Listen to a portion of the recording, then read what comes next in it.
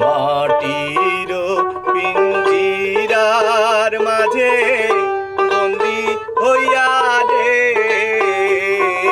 কান্দে হাসন রাজার মন মুনিয়ায় রে, হায় রে কান্দে হাসন রাজার মন মুনিয়ায় রে।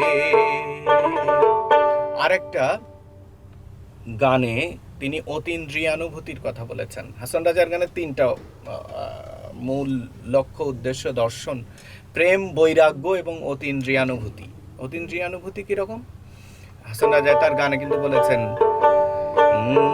নেশা লাগিল রে বাঁকা দুই নয়নে, নেশা লাগিল রে, নেশা লাগিল রে বাঁকা দুই নয়নে, নেশা লাগিল রে।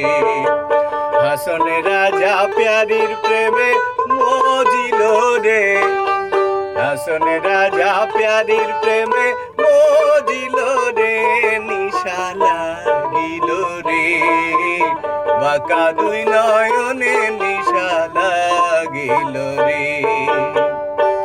এই নিশা কিন্তু নেশা না, রাইট। নিশা অর্থ হচ্ছে নিশানা, উদ্দেশ্য, উদ্দেশ্য। আমি আমার লক্ষ্যে পৌঁছালাম। রাইট। হ্যাঁ, এবং যে মৌলিক তিনটি প্রশ্ন, কোথা থেকে এসেছি, হ্যাঁ, কোথায় যাব ফিরে, হ্যাঁ, আমি আমি কোথা কে? থেকে এলাম, কোথায় আছি, কোথায় যাব। যাব, আমি কে, হ্যাঁ, এই মৌলিক প্রশ্নটা এই গানের ভেতর দিয়ে তিনি প্রকাশ করেন। একদম ঠিক। শেষে বলেছেন যে হাসন জানের রূপটা দেখি ফালদি ফালদি ওঠে।